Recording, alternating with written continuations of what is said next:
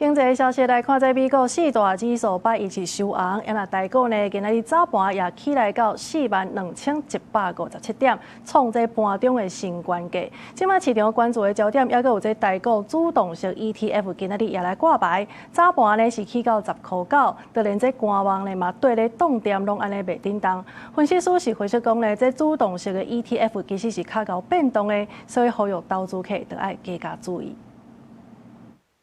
拜美國四大指數收紅，尤其費城半導體指數的氣勢是有夠強，收盤的時陣起差不多3%。那韓國股市是自起變做落，早盤上加7421塊，跌超過400點。那日股是起落落了後，股價才閣升起哩，差不多佇1%的範圍內底來去。那台股這台車第一拜日是愈開愈緊，早盤升起哩42157點，拍破盤中上懸價小的記錄。不過續來受到韓國股市跌落來影響，台股嘛對咧落，尾手台股才閣升起哩挑戰42000點的大關。下半場的時候，台積電我們要看台積電表現。如果台積電呢能夠呢，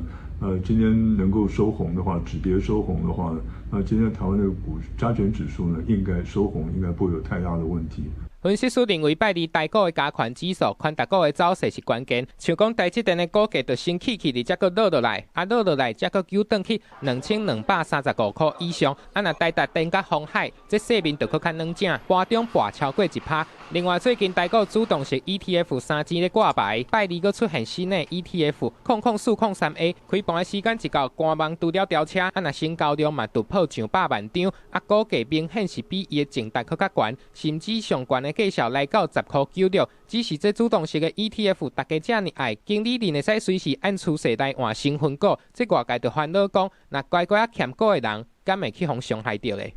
過去的存股族，他可能不會常常的換股，但是主動式的 ETF 一旦有風吹草動，如果是利多的話，它也馬上資金就去立即追捧，會造成連續的漲停。但是利空的話，它也是毫不留情的會砍，那所以在跌勢的時候也會加速，所以助漲助跌的效應是會有的。專家分析，雖然主動式 ETF 可能會讓市面上高一支的股價起落落較明顯，不過預期今年台股主要的重點，有關是放在 AI 相關的概念股，因為這基本面真好，所以在年底進前有機會台股會衝起哩5萬點。記者綜合報道。